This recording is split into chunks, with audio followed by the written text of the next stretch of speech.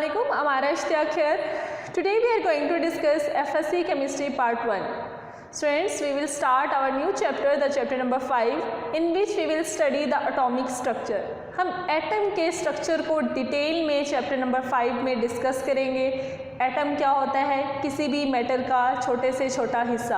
आपको पता है, आप केमिस्ट्री पढ़ रहे हैं एंड यू नो कि केमिस्ट्री किसको कहते हैं? हम साइंस ऑफ मैटर, मैटर की स्टडी को केमिस्ट्री कहते हैं। ठीक है, तो मैटर की स्टडी में जब हम उसको पढ़ना शुरू करते हैं तो सबसे बेसिक यूनिट से उसकी स्टडी स्टार्ट करते हैं कि सबसे छोटा पार्टिकल मैटर का क्या है। मैटर को डिवाइड करते रहे। मैटर के आपके इर्द गिर्द तमाम वो चीज़ें जो जगह ऑक्यूपाई कर रही हैं, जिनका कोई ना कोई वॉल्यूम है, जगह घेरी है, मैस है उनका, ठीक है, तो वो तमाम चीज़ें मैटर होती हैं। आपके अराउंड आपकी बॉडी मैटर है, कोई चेयर पड़ी हुई है वो मैटर है, आपका मोबाइल हाथ में पकड़ा हुआ है ये मैटर है। ठीक है, तो इस मैटर को अगर हम डिवाइड करते रहें कि सबसे छोटा ज़र्रा क्या होगा इस मैटर का, तो वो एटम होता है। ठीक है, तो एटम के कंप्लीट स्ट्रक्चर को हमने चैप्टर 5 में डिस्कस करना है। ऑल्दो एटम इतना छोटा होता है कि अगर आप पेंसिल लेके उस पेंसिल से अपनी बुक पे एक डॉट लगाएं तो उस डॉट में अप्रॉक्सीमेटली 20 लाख एटम होंगे, 20 लाख एटम मौजूद होंगे। तो आप अंदाज़ा लगा सकते हैं कि एटम कितना छोटा है। उस एटम के अंदर जो सब एटॉमिक पार्टिकल्स हैं उन तमाम को भी आपने स्टडी करना है। तो ऑल्दो आप किसी इलेक्ट्रॉन माइक्रोस्कोप से भी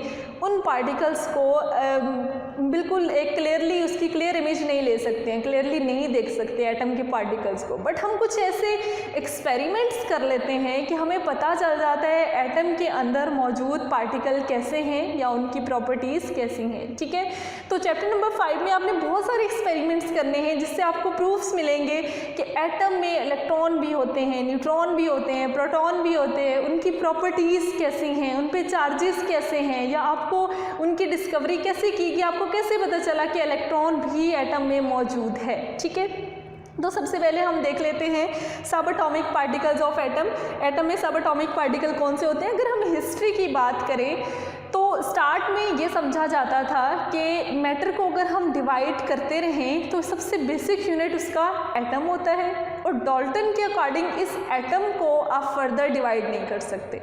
क्या मतलब हुआ कि एटम के अंदर फर्दर कोई पार्टिकल नहीं है, एटम सबसे छोटा पार्टिकल है, इसको मज़ीद हम डिवाइड नहीं कर सकते हैं। लेकिन लेटर ऑन जब हम स्टडीज़ को हमने बहुत फैलाया, एक्सपेंड किया, बहुत ज़्यादा डिस्कवरीज हुई, तो हमें पता चला कि एटम से भी छोटे ज़र्रात हैं। वो क्या है? इलेक्ट्रॉन, प्रोटॉन, न्यूट्रॉन, जो एटम के सब एटॉमिक पार्टिकल्स हैं। ठीक है, तो ये लेटर ऑन स्टडीज़ से हमें पता चला था। ठीक है, और वो कौन से भी फंडामेंटल पार्टिकल हैं? Electron, proton and neutron. Fundamental का मतलब कि ये कुछ ज़रूरी पार्टिकल हैं जो एटम में मौजूद होने चाहिए, ये नहीं होते तो एटम पे अफेक्ट होता है, एटम पे कोई चार्ज आ जाता है। इन 3 फंडामेंटल के अलावा मोर देन 100 पार्टिकल्स और भी एटम में मौजूद होते हैं। ठीक है, तो सबसे पहले हम इन 3 फंडामेंटल को ही डिस्कस कर लेते हैं। तो देखें, हम कैथोड रेस को पढ़ेंगे। कैथोड रेस की डिस्कवरी से हमें इलेक्ट्रॉन की डिस्कवरी के बारे में पता चलेगा। मतलब हम सबसे पहले इलेक्ट्रॉन को स्टडी करने जा रहे हैं। इलेक्ट्रॉन डिस्कवर कैसे हुआ था, इलेक्ट्रॉन कैसा पार्टिकल है एटम का, तो उसको पढ़ने से पहले जो हमने एक्सपेरिमेंट करना है उसके ऑपरेटर्स को डिस्कस कर लेते हैं। That is the gas discharge tube. Gas discharge tube एक ऐसा ऑपरेटस है जिसमें आपने एक एक्सपेरिमेंट परफॉर्म करके इलेक्ट्रॉन्स को डिस्कवर करना है। गैस डिस्चार्ज ट्यूब कैसी होती है? जैसा कि आपके सामने शो हो रही है, एक ट्यूब है, ठीक है, ग्लास ट्यूब होगी, शीशे की बनी हुई ट्यूब है ये, और इस ग्लास ट्यूब के अंदर हम कोई भी एयर, हवा या गैस फिल कर देंगे। ठीक है, इसके अलावा इसमें एक एनोड और कैथोड, मतलब कि इलेक्ट्रोड्स भी लगे हुए हैं। You know anode and cathode क्यों लगाए जाते हैं किसी भी सोल्यूशन में? हाई वोल्टेज प्रोवाइड करने के लिए। तो मतलब यहाँ पे हम हाई वोल्टेज भी प्रोवाइड करेंगे। एक एनोड लगा हुआ है, यहाँ पे एक कैथोड है, इसके अलावा इसमें गैस फिल की गई है। साथ में आपको वैक्यूम पंप का ऑप्शन भी नज़र आ रहा है। वैक्यूम पंप क्या होता है? जो हवा को सक करके कम भी कर सकता है इस ट्यूब में से, या हवा को इसके अंदर धकेल के उसका प्रेशर ज़्यादा भी कर सकता है। मतलब इस गैस जो कि फिल हुई हुई है इस गैस ट्यूब के अंदर, इस ट्यूब में जो गैस है उसकी अमाउंट हम कम या ज़्यादा कर सकते हैं। गैस की अमाउंट कम होती है तो प्रेशर कम हो जाएगा, मतलब हम प्रेशर को कम या ज़्यादा कर सकते हैं। गैस ज़्यादा कर देंगे तो प्रेशर ज़्यादा हो जाएगा, ठीक है। तो इस तरह से ये हमारे पास एक गैस डिस्चार्ज ट्यूब है जो कि एक ग्लास की शीशे की बनी हुई है। इसमें गैस फिल है, इसमें 2 इलेक्ट्रोड है, one is anode, second is cathode. इसको हम हाई वोल्टेज दे रहे हैं। इसके अलावा एक ऑप्शन और कि वैक्यूम पंप लगा हुआ है जो कि गैस की मिकदार को कम या ज़्यादा करके उसमें प्रेशर को एडजस्ट करेगा, ठीक है। आपने इस गैस डिस्चार्ज ट्यूब में कितना वोल्टेज देना है या कितना प्रेशर रखना है डिपेंड करता है कि कितनी बड़ी आपकी ट्यूब है। बहुत बड़ी ट्यूब है तो प्रेशर भी ज़्यादा देना पड़ेगा, गैस की अमाउंट ज़्यादा डालनी पड़ेगी, वोल्टेज भी ज़्यादा देना पड़ेगा, ठीक है। इसके अलावा इसमें एक स्लिट भी मौजूद होगी। इस जगह पे स्लिट का मतलब होता है एक गोल दायरा सा, सर्कल सा बनाई हुई एक मेटल की कोई चीज़ होगी या कोई सर्कुलर फॉर्म में कोई भी हम स्लिट वहाँ पे लगाएंगे, ठीक है, मेटल की या ग्लास की बनी हुई। उसका मकसद क्या है? उसका काम ये है कि ये जो कैथोड रेज हमने पढ़ना है अभी आगे वाली स्लाइड में कि यहाँ पे कुछ रेडिएशंस प्रोड्यूस होती हैं, वो रेडिएशन जब इन स्लिट्स में से गुजरेंगी तो वो एक स्ट्रेट पाथ में शार्प बीम कहते हैं झमगट्टा, काफ़ी सारी रेडिएशन इकट्ठी जा रही हो ना तो उनको बीम कहते हैं। तो वो काफ़ी सारी रेडिएशन जा रही है, कोई इधर जाएगी कोई उधर जाएगी, स्लिट पड़ी होगी तो वो रेडिएशन एक स्ट्रेट पाथ में आ जाएंगी, सीधी ट्रैवल करेंगी, ठीक है। ये सारी बातों के आगे भी आपको इस सेपरेटर्स की समझ आ जाएगी जब हम इसको इस्तेमाल करेंगे। तो ये जो आपके पास एक गैस डिस्चार्ज ट्यूब है ये हमारा अपरेटस है एक्सपेरिमेंट करने का। कौन सा एक्सपेरिमेंट? जिसमें हम इलेक्ट्रॉन को डिस्कवर करेंगे, ठीक है। तो नेक्स्ट हम देखते हैं डिस्कवरी ऑफ कैथोड रेज कि कैथोड रेज कैसे डिस्कवर हुई थी।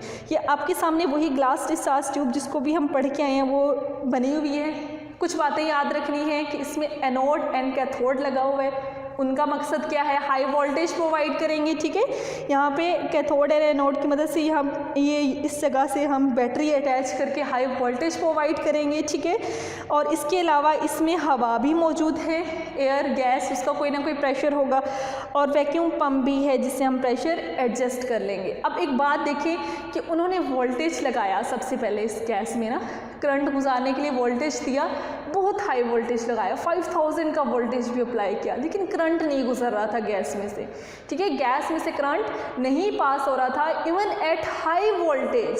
फिर क्या किया? वैक्यूम पंप को इस्तेमाल करते हुए प्रेशर को लो किया। इन बातों को गौर से सुनना है कि पहले करंट नहीं गुजर रहा था ट्यूब में से, उन्होंने प्रेशर को लो किया। मज़ीद वैक्यूम पंप की मदद से गैस की अमाउंट को कम करते गए होंगे, प्रेशर कम होता गया, थोड़ा सा प्रेशर कम किया, वोल्टेज गुजरना शुरू हो गया, मज़ीद कम किया और अच्छा गुजरना शुरू हो गया। 0.01 प्रेशर के ऊपर इसका वोल्टेज जो है 0.01 टॉर, ठीक है। यहाँ पे इस गैस डिस्चार्ज ट्यूब का प्रेशर जब उन्होंने रखा 0.01 टॉर, तो इस प्रेशर के ऊपर वोल्टेज का पासेज मुमकिन हो पाया, वोल्टेज बहुत अच्छा पास होना शुरू हो गया। जब यहाँ से वोल्टेज गुजरा तो एक चीज़ हमने नोटिस की, वो चीज़ क्या हमने नोटिस की कि ये जो हमारा कैथोड है, ठीक है, इसमें से रेडिएशंस निकलना शुरू हो गई। कैथोड में से क्या हुआ? रेडिएशंस निकलना शुरू हो गई। जब वोल्टेज गुजरना शुरू हो गया इस ट्यूब में से तो कैथोड में से जो रेडिएशन गुजर रही हैं वो एनोड की तरफ जा रही हैं। आपको पता है एनोड पॉजिटिव होता है और कैथोड नेगेटिव होता है, ठीक है। और नेगेटिव से वो निकल रही हैं रेडिएशन, तो मतलब वो नेगेटिव रेज थी और वो किस जगह पर ट्रैवल कर रही हैं? पॉजिटिव की तरफ अट्रैक्ट हो रही हैं, पॉजिटिव की तरफ ट्रैवल कर रही हैं, ठीक है, एनोड की तरफ ट्रैवल करना शुरू हो गई। अब जब ये रेज टकराएंगी जाके इस ग्लास की दीवार के ऊपर, इस जगह पे जो कि ट्यूब की दीवार है एनोड के पीछे लगी हुई, उस पर टकराएंगी तो चमक प्रोड्यूस करेंगी, मतलब फ्लोरेसेंस, कलरिंग फिनोमेना, कोई कलर प्रोड्यूस कर देंगी, ठीक है। तो फ्लोरेसेंस प्रोड्यूस करना शुरू कर देंगी, जिससे हमें पता चलेगा कि करंट गुजर रहा है और कैथोड में से रेडिएशंस निकल रही हैं, वो जाके टकरा के कलर भी प्रोड्यूस कर रही हैं, ठीक है। तो इस तरह से हमने जब करंट गुजारा तो ये कैथोड के अंदर से रेडिएशंस निकलना शुरू हो गई और रेडिएशन एनोड की तरफ जा रही हैं, उसके पीछे वाली दीवार पे टकरा के फ्लोरेसेंस को भी प्रोड्यूस करेंगी। और ये रेडिएशन निकल के फ्लोरेसेंस कब प्रोड्यूस हुई? जब आपने प्रेशर बहुत कम किया। क्यों? क्योंकि हाई प्रेशर पे करंट पास नहीं हो रहा था ना ट्यूब में से, करंट नहीं पास हो रहा था तो कैथोड में से रेज भी नहीं निकली। जब करंट पास हुआ लो लो प्रेशर पे रेज कैथोड से निकली, वो एनोड की तरफ जा रही है और इन रेडिएशंस को हम क्या कहेंगे, कैथोड रेज। बाद में हम इस चीज़ को भी प्रूव करेंगे कि यही जो कैथोड रेज निकली हैं यही इलेक्ट्रॉन हैं, ठीक है। लेकिन अभी तक ये एक्सपेरिमेंट हम सिर्फ पढ़ेंगे जिसमें हमने कैथोड रेज को डिस्कवर कर लिया है कि कैथोड में से कोई ना कोई रेज निकलती हैं जब हम उसको हाई वोल्टेज प्रोवाइड करते हैं, ठीक है।